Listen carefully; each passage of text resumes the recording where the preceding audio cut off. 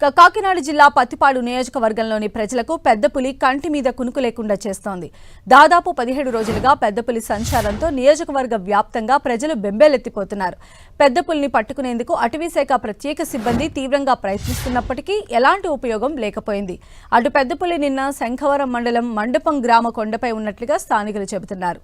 అయితే అర్ధరాత్రి సమయంలో అక్కడి నుంచి మళ్లీ వెనక్కి వచ్చినట్లు తెలుస్తోంది. ప్రస్తుతం పెద్దపులి శంఖవరం దగ్గర వైన్ షాప్ సమీపంలోని సరుగుడు తోటల్లో పులి ఉన్నట్లు అధికారులు ధృవీకరించారు. దీంతో పెద్ద పులిని ఎలాగైనా పట్టుకోవాలని అటవీశాఖ అధికారులు తీవ్రంగా ప్రయత్నిస్తున్నారు.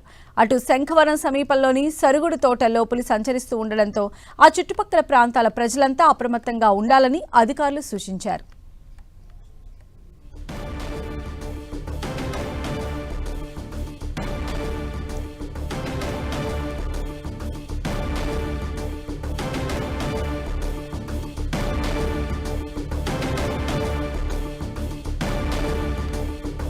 కాకినాడ జిల్లాలో పెద్దపులి సంచారంతో స్థానికులందరూ కూడా భయభ్రాంతులకు గురవుతూ ఉన్నారు. నిన్న మండపం గ్రామ కొండపైన పెద్దపులి సంచరిస్తున్నట్లుగా ఐడెంటిఫై చేశారు. వెంటనే అక్కడికి అటవీశాఖ అధికారులు అదేవిధంగా ఫారెస్ట్ సిబ్బంది కూడా చేరుకున్నారు.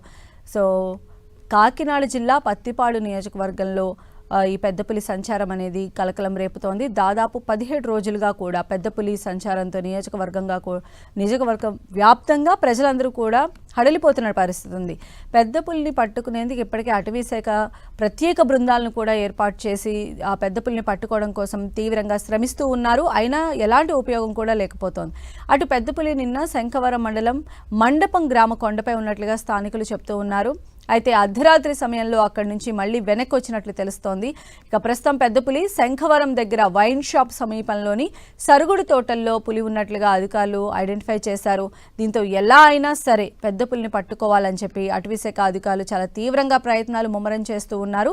అటు శంఖవరం సమీపంలోని సరుగుడు తోటల్లో పులి సంచరిస్తూ ఉండడంతో ఆ చుట్టుపక్కల ప్రాంతాల ప్రజలందరూ కూడా చాలా అప్రమత్తంగా ఉండాలని అధికారులు సూచించారు. మరిన్ని అప్డేట్స్ తెలుసుకుందాం. మా ప్రతినిధి సతీష్ మనకు అందుబాటులో ఉన్నారు. సతీష్,